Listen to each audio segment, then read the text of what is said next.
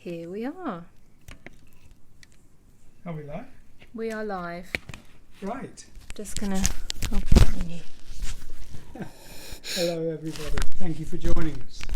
I hope the switch of days wasn't too confusing. We had the classes yesterday, so we'll be doing Wednesdays up until Christmas. Sorry, start again. Doing Thursdays up until Christmas. And for those of you who live within striking distance, from Sunday onwards, I'm having my annual exhibition at Trading Boundaries. So that's opening Sunday, allegedly. I don't know how long we'll stay open for, but the plan is to keep the exhibition going up until the last day of December. So right up until the new year.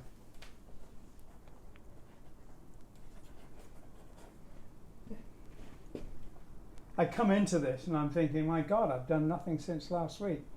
But sadly, this has been an incredibly busy week, and so that's literally the truth. There's been nothing changed since last week.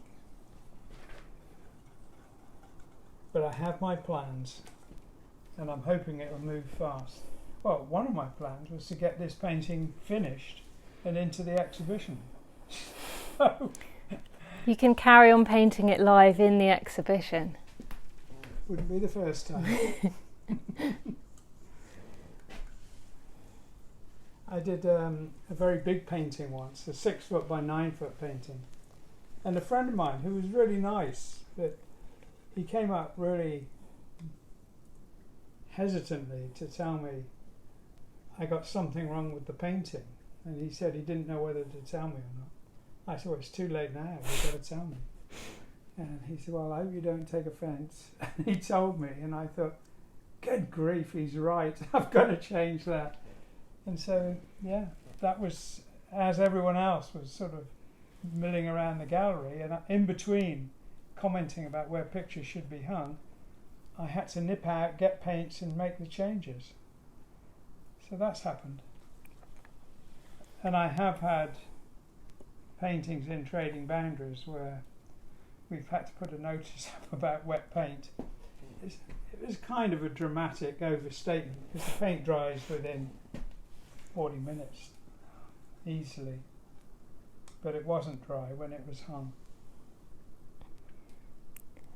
Just to anyone joining now who missed the beginning, last night Roger was doing a class which we announced last week, so that's happening on Wednesdays, and the live sessions for all you guys will now be on Thursdays up until Christmas. Yeah.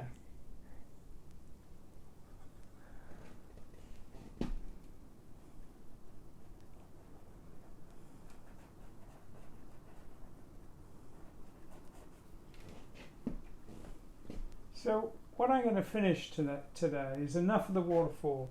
I want it to look rough and sort of chunks of water falling rather than a steady stream of angel hair. And I'm going to get to that point pretty soon. And then I'm going to start painting the floating islands in here, which are part of the close to the edge story. And then I'm going to put more rocks in front of that. So this is definitely going into the background as the painting develops.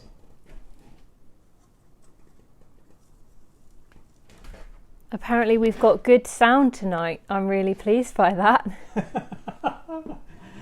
See, it's the small but humble, cheap microphones that don't let you down. Well, right, we put them in a sensible place, I guess. Yes. We did have this stand for a very fancy mic, but I haven't figured out how to get the iPhone to say hello to that properly yet. We'll get round to it. The fancy mic's in disgrace, hanging from a stepladder. Is that right? Yes. Looking dejected, if a microphone can look dejected.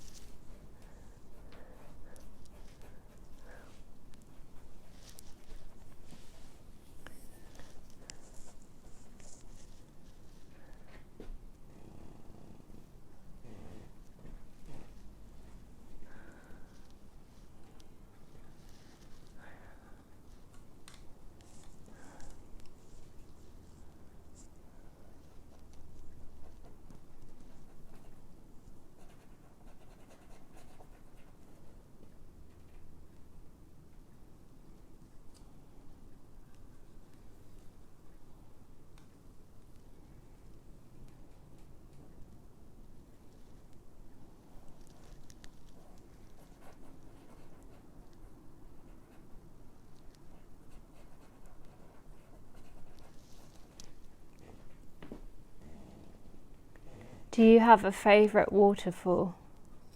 Do I have a favourite waterfall?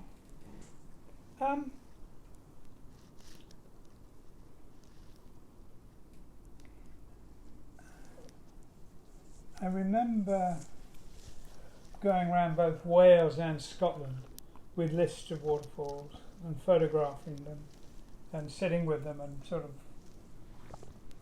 But they're relatively small. There's nothing like Niagara or anything like, they're tiny relatively speaking. But the one I like best, I did actually put into the painting for Rick Wakeman's Myths and Legends of King Arthur painting. So that was one I really liked. And it's quite small, I mean, younger and fitter, I could easily have jumped across it. It was that kind of scale. But quite dramatic too, for a small one. And then there's others like the Swallow Falls in Wales, I like that.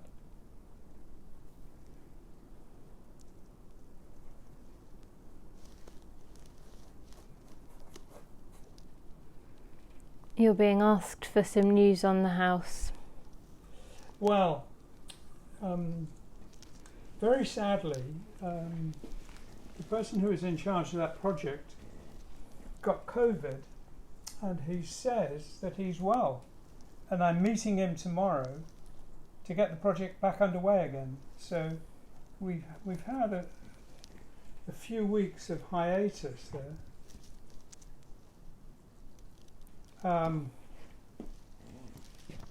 Minor things that didn't delay it but could have was the badger that moved in onto the site that we were going to move it to, but we found a suitably different site without a badger, so that was good. So yeah, in that respect it's going okay. So hopefully when we meet up tomorrow we'll accelerate things, but it's been, well, everyone knows how tricky these things are, so.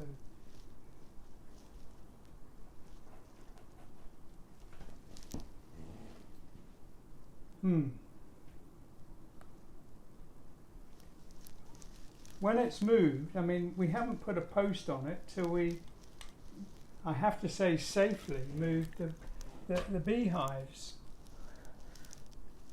The bees were moved to a new site in Forest Row. Very scenic. They'll like it there. Yeah. I hope they will, yeah.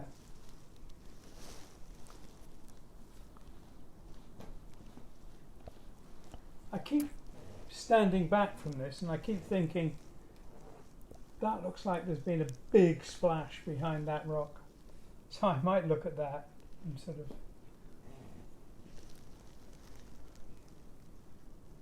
give that a little bit more attention in a second.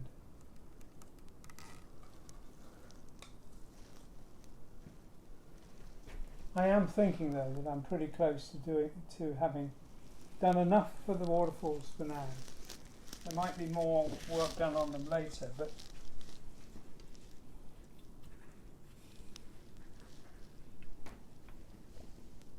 I did find Niagara absolutely breathtaking though.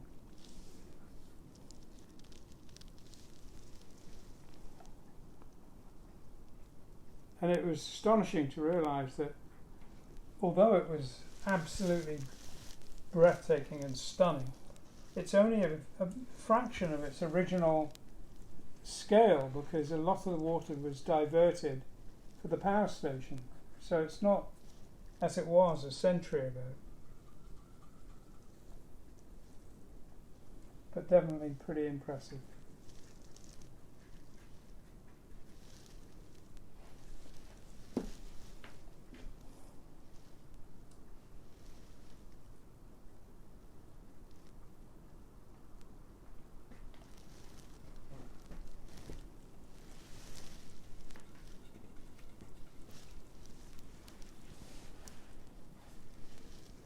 If I ever thought of doing a trip just for waterfalls, I think I'd probably like to go to Iceland in the spring and see the, I can't remember how to say the name of it now. It'll come to me.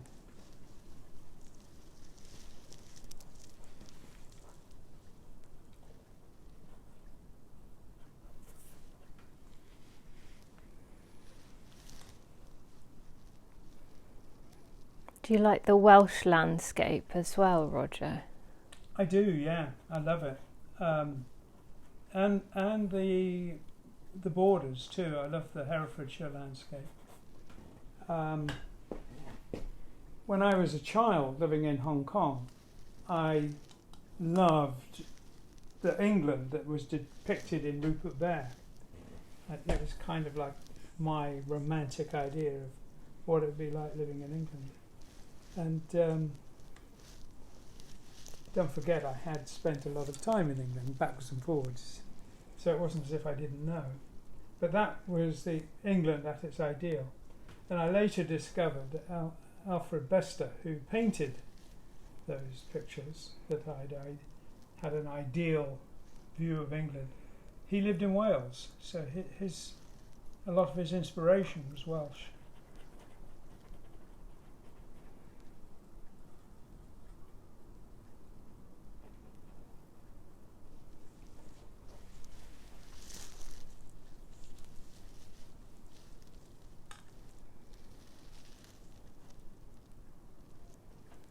What inspired your Yes album covers? All of them? All of them, in one sentence, please. Okay. Well, I said it silently. Did you get it? Got it all. Good. That's your answer, guys. Okay. The first album I worked with them on was Fragile, and when I first talked to the band about ideas for the cover, I took with them an illustrated book from turn of the last century, Lohengrin, illustrated by Willy Pagani, and I talked about a narrative. So my first pitch to Yes was not a painting at all. It was an ancient, well, not that ancient, an old book and a narrative. The old book was to show how it would be fun to do it, and the narrative was the story which I'm looking at this painting being part of for the anniversary of Close to the Edge. So that was a story, and the pictures that fitted into that story were Fragile, Close to the Edge, and then the triple album Pathways had 4 paintings that all were part of that narrative. Relaya, Tales from Topographic Oceans, and Yesterdays were all a step aside. They weren't part of that narrative. But the landscape in Tales was Land's End in Cornwall. Except for the rocks in the middle, which was Bremen Rocks in Yorkshire.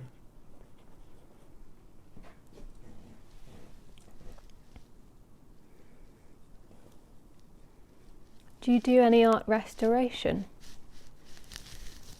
You mean of my work? I think just in general, someone's asking if you do, if you have any advice on methods. Not really, no.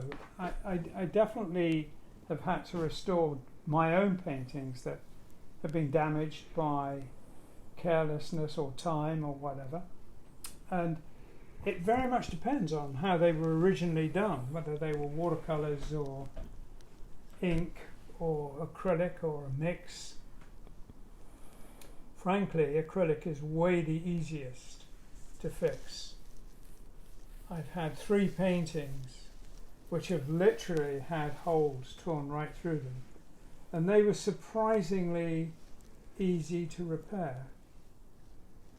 The hardest, or the almost impossible to seamlessly repair, are watercolours. So my normal way of exhibiting watercolours is framed and behind glass.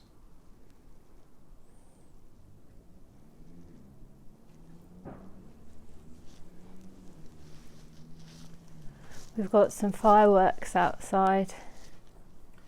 It's Lewis, and it's that time of year, isn't it? Yeah, I don't know if everyone will have a similar thing in their towns if they're not from Lewis. We do bonfire night big over here. Yes, Lewis is tiny. I think the population is, I'm going to get these figures wrong and get all kinds of people telling me off, but I think the population of Lewis is about 17,000. But it is the county town of Sussex, East Sussex now, but it was the county town of the whole of Sussex. And on bonfire night, they can have up to 70,000 people here. So that's over 4 times the population. And there are, I don't know, several dozen bonfire societies marching through the town and celebrating. It's very spooky. It's kind of weirdly medieval, and it's, I don't know, I always enjoy it. I love it. So it's celebrating 5th of November. It's not, obviously, Americans celebrate 4th of July. And it's always had that quality of being slightly illegal, hasn't it? Yeah. I mean, the police have sometimes collaborated, but more often tried to close it down. Tried being the operative word. It's a difficult one, yes. I do remember one year when they introduced parking meters into Lewis, it was seriously unpopular. And someone went round blowing them up. Yeah, I would hazard a bet it was more than someone. Yes, I think it was half the town. a conspiracy that left no one out, probably. And I remember one of the councillors being interviewed, and she said, well, it's Lewis, and there's a lot of people here know about explosives. So the following year, they removed them all. They took all the parking meters out just for the bonfire. Yeah. They hid them in some sort of PTSD for parking meters building, secure lockdown centre, whilst they quaked in fear.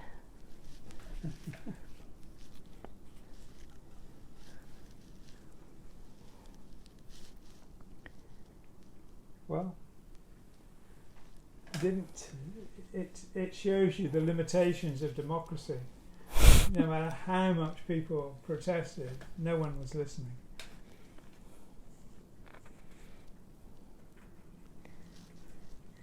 Did you do a couple of IT Bites album covers? I did, not a couple, one. One. Well, I did one album cover and I can't remember now, at least one single. And in my absent-minded way, I laid it all out, the pictures, and when I did a layout for my book in 2000 and when was it? It was 2008, I think. Dragon's Dream. If you go through the book layout, there is a page of It Bites work. But somehow I forgot it and it never made it to the end. And I was considering, as I'm finishing work on the layouts for the new book, of including the It Bites stuff.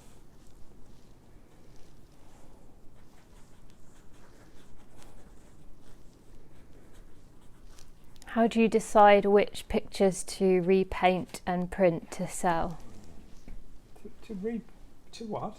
How do you decide which pictures to repaint and print to sell? Oh, bloody hell. I don't repaint pictures to sell. I might revisit something which I really like, but I might like to look at it from a different point of view or do something differently, but it's not specifically to sell. Would you consider Awakenings from Yes songs What to do that with? to redo? I think so, yeah. It was redone. It was redone for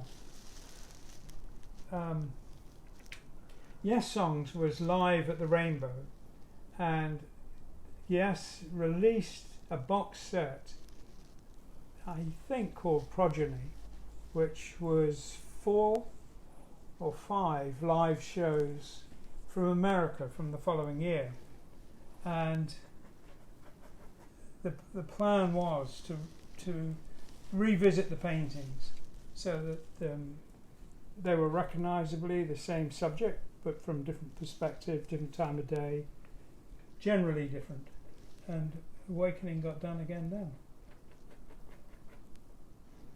Can you talk about your Gentle Giant Octopus cover?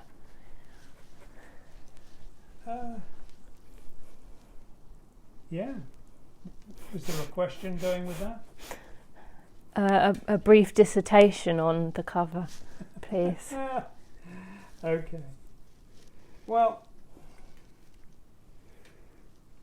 my recollection was, and I can't really remember the whole story about how it came about, but it was a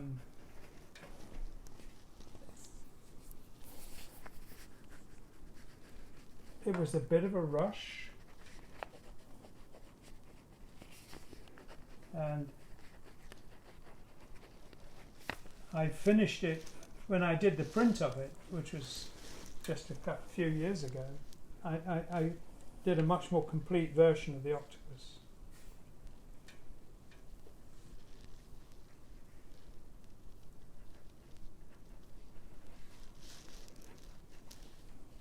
I didn't. Well, let's start again. Very often when I paint creatures, I change something. I mean, the owls in Blind Owl and the Old Bridge are both portraits of real owls. But a lot of creatures, like a lot of the dragonflies, for example, in the Yes Dragonfly logos, are a combination of the silhouette of a dragonfly, the colouring or the patterns of moths, colourings of tropical fish. So they're a mix. The butterflies that I've done for Yes logos all have a recognisable butterflies, but they all have cat's eyes in them, which are change them again. So I do change them. And when I did the octopus, I did change the octopus. The original painting had manta ray, the eyes from a manta ray rather than from an octopus.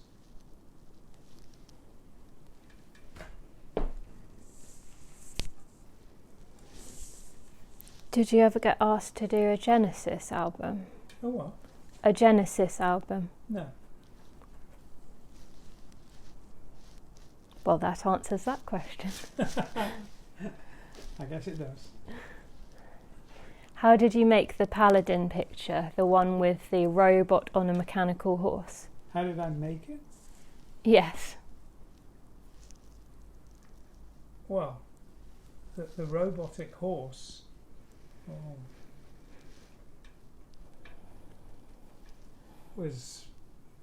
I drew it as a horse, and then I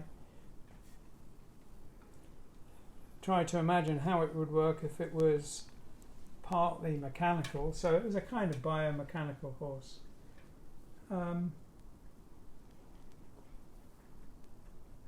Is that the direction the question was going, or was it going somewhere else? I'm not entirely sure. If Anders,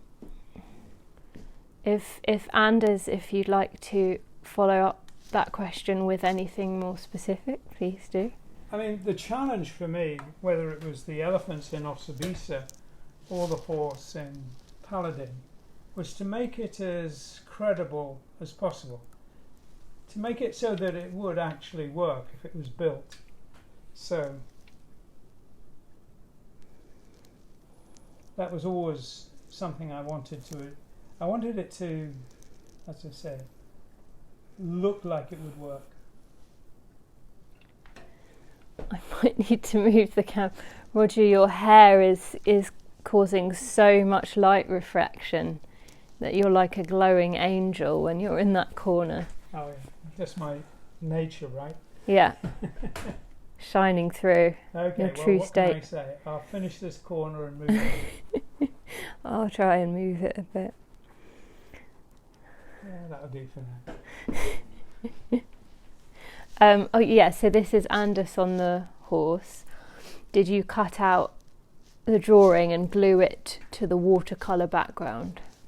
Oh, right, is that what he meant? Yes, actually, yes, I did. It wasn't, the background was actually enamel, not watercolour.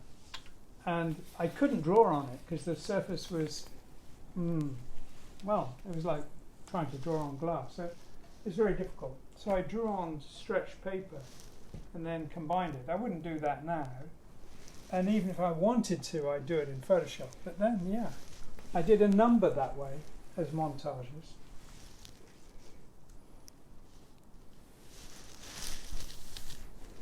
How did you get the marble effect on some of your early paintings, like Octopus? What I would do is I would draw very loosely.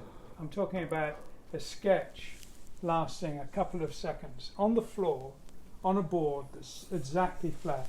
And I do it with a lot of water. I put a lot of water in and I'd move it around how I wanted it to. And then I'd spray the board in a number of colours. So none of it was just one colour. And I'd spray it with aerosol cans of paint. I didn't have an airbrush at the time. And where it landed on the water, it would move. The water would flow. So you would get that slightly watery flying pattern. It's pretty similar to marbling. It is a form of marbling. The normal way to do marbling is you have a basin of water and you put oil paints on the surface and then you dip your paper onto the water surface and it picks up the oil. But it's all basically, the idea is that you're working with two mediums which don't mix. And typically anything like an oil-based, or in this case it was probably an oil-based enamel, they float on the water, so being lighter than water. Can you talk about any new artists that you like? Any new artists that I like? Yeah.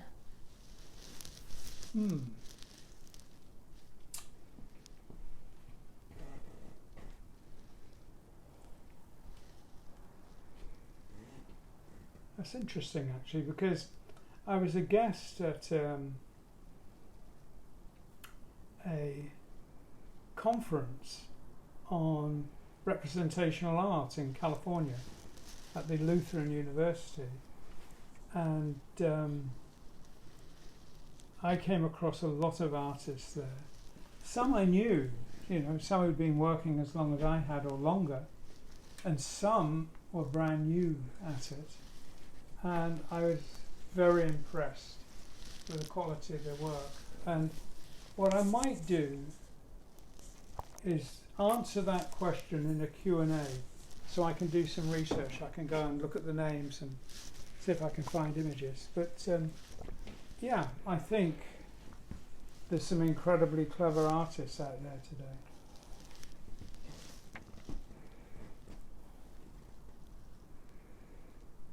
Yeah, I would find it very stiff competition if I was starting out now.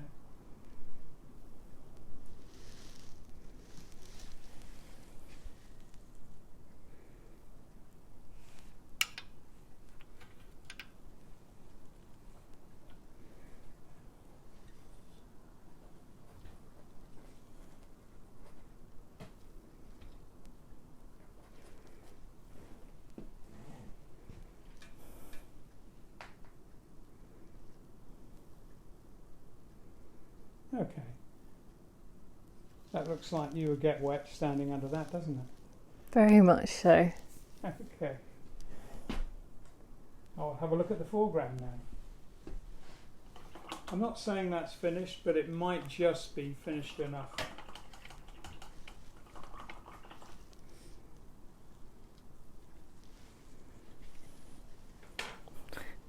Were you on LSD when you painted the early album covers? Not really, no. I mean, not really, not at all. I led a very abstemious life. I never drank, didn't smoke.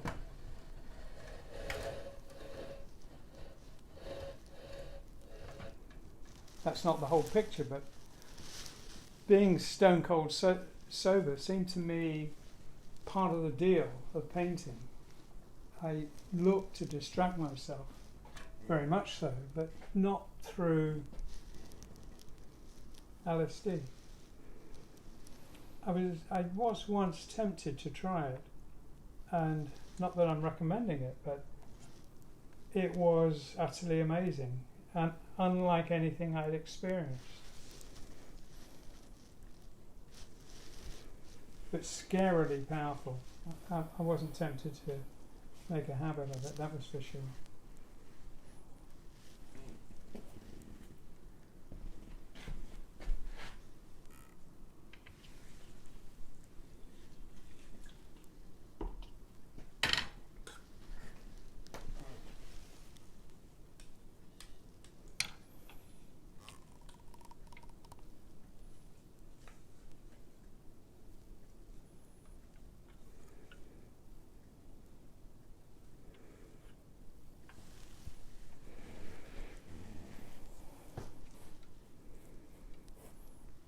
What happened with the original picture of the second Greenslade album you did? What happened with what?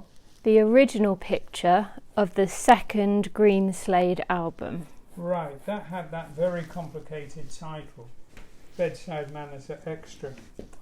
And it was probably the last time I ever let a printing company hold a painting. The idea being to, make sure they got the colours right, which sadly and incidentally they didn't. But in the process of having the painting there, they had a fire. Oh. And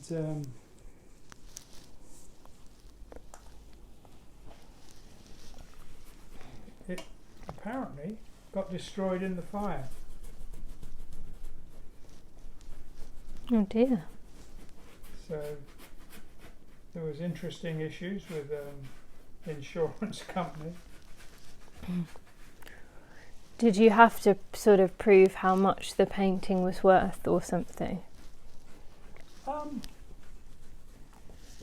I can't remember the exact way the argument went, but there was some bit of it like that, and I said, well,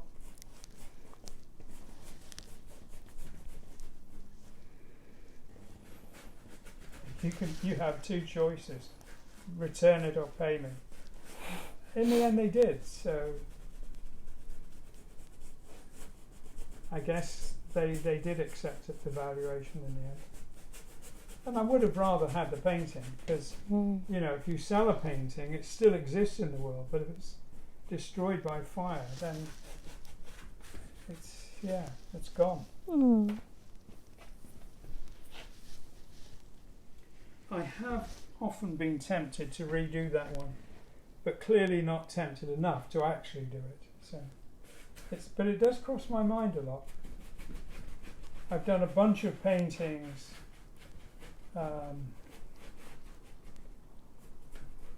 with a similar kind of weird Dickensian atmosphere, and I keep thinking, I'm going to go back to that painting. Not done it, but might. Ottavio Zata, I'm not ignoring you, sorry, there's just a lot of questions coming through. So you're asking about, Roger, how did you start to paint and what are your inspirations? Well,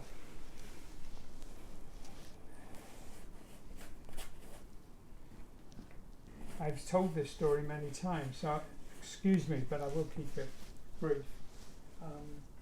I went to art school with an idea that I would like to paint natural history subjects and design the future. But because the principal at Canterbury College of Art, which is where I started, came across my exam results one day and determined that I shouldn't be doing fine art if I had maths and physics, some aptitude for maths and physics. He suggested I leave the fine art course and move over to doing industrial design, which was fine because, as I say, one of my ambitions was to design the future. And I did. And when I moved on to the Royal College, what I wanted to do most there, although I was in the furniture school, I was there because of David Pye. I was told David Pye would let me get on with what I wanted to do, which was figure out a kind of architecture that would actually appeal to people, that would work, would make people feel comfortable and at ease rather than miserable and oppressed, I guess. And he let me do some work on that, and that's what I did, and I really enjoyed it, and that's still something I really enjoy and want to get back and get on with. But I was very lucky. I designed a chair that looked like a sea urchin, but it collapsed and gave very good lumbar support, and it got an enormous amount of publicity in an exhibition at the place called the Design Centre, which no longer exists, but was in the Haymarket in London. And as I say, it got a lot of attention, and a company approached me to design something that I'd also done at college, which was a sort of landscape seating, and to do it for Ronnie Scott's Jazz Club. But instead of having a year to develop the ideas and work out the best way to make it, we had, I think, less than 3 weeks, 2 and a bit weeks, to design and build it and have it ready for an opening concert with Dizzy Gillespie, who's a jazz trumpeter, and his trademark is a slightly weird shaped trumpet. And the contract was pretty tight. They had to be ready for his concert, and it was, as I say, it was only a couple of weeks. So I designed a very simplified version of it, but we did design it and build it and have it ready in 2.5 weeks. But after it was open, and it was quite a success. Ronnie Scott and his team liked it. I said, it's a pity we didn't have more time, because it could have looked like this, and I showed them another picture from my sketchbook. And instead of reacting to the furniture, they looked at the picture, which would look very demonic, and they said, ooh, could we use that as an album cover for a band we're managing? The band was called Gun, and they just had a hit with a single called Race with the Devil. So I said, yeah, why not? I'll redo the painting then. And I did. And on the strength of that, I got a bunch of other jazz album covers to do. And the pressure from the record company to keep them absolutely in line with modern graphic design thinking. I'm talking about modern in the sense of, then it was the 60s, nothing's changed, it's still the same, and nothing had changed since the 30s. So it was kind of a continuous, incredibly conservative profession. So I wanted to do something different. And the A&R guy at Columbia, which became Sony CBS later, was David Howes. And he'd moved on. He'd started in another record company called MCA. And I went and saw him and I said, look, I'd like to do something different to the jazz. And he said, oh, okay. I've got this band called Osibisa. So I did a cover for Osibisa, which was surprisingly successful for, at the time, a relatively unknown band. And that changed everything for me. On the basis of that, I got a poster contract and we sold millions of posters. We did sell huge quantities. So that was wonderful fun. Okay, so we're about at the time where we should be winding down. We'll be back next Thursday. Is that okay with you, Christopher? Well, that's fine with me. Perfect.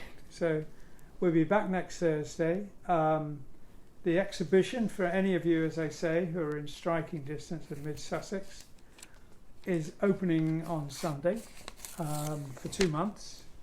And the shop on the website is now selling the calendars. You can actually see them, and a new range of posters is going up. And we're doing a new print, at least one, maybe two, for the exhibition. It is planned to do two, but I don't think they'll both be ready for the opening night. So, thank you so much for joining me, and I look forward to seeing you next week.